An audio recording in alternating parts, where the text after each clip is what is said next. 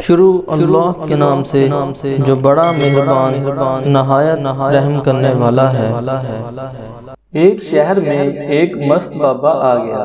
آتے ہی اس نے حکم دیا کہ ایک بہت بڑی دیگ لاؤ۔ دیگ آ گئی تو بولا، اس دیگ کے لائق ایک چولہا بناؤ، اس میں لکڑیاں رکھ کر آگ جلاؤ۔ چولہا جل گیا۔ مست بابا نے حکم دیا کہ دیگ میں پانی بھر دو، اوپر ڈھکنا لگا دو، اسے چولہے پر رکھ دو۔ اگلی صبح انہوں نے دیگ کا ڈھکنا اٹھایا تو دیکھا کہ وہ پلاؤ سے بھری ہوئی ہے۔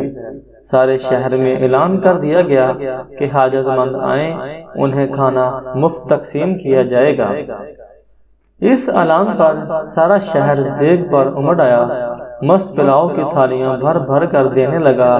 اگلے روز انہوں نے دیگ کا ڈھکنا اٹھایا تو دیکھا کہ دیگ جوں کی توں بھری ہوئی تھی۔ اس پر شہر میں مست بابا کی دھوم مچ گئی۔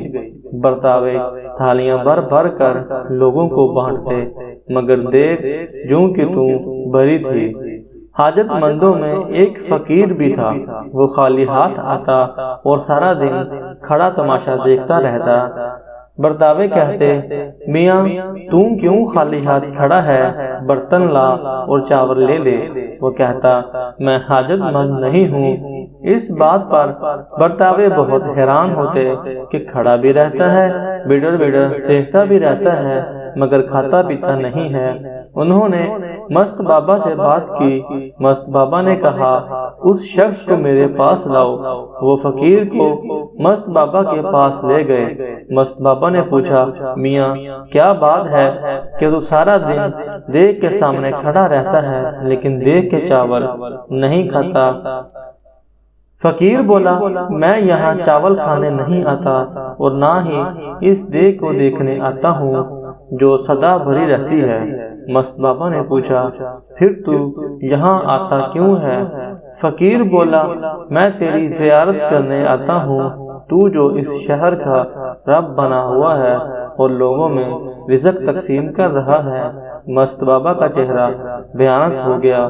وہ چلا کر بولا، دیگ کو انڈیل دو، چولہے پر پانی ڈال دو۔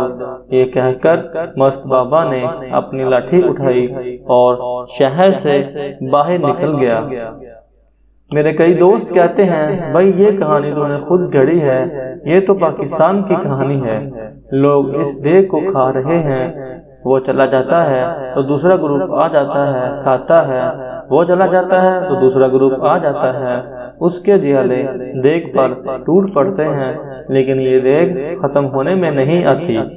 فرق صرف یہ ہے کہ وہ دیگ مست نے چڑھائی تھی اور یہ خود رب جلیل نے چڑھائی ہے۔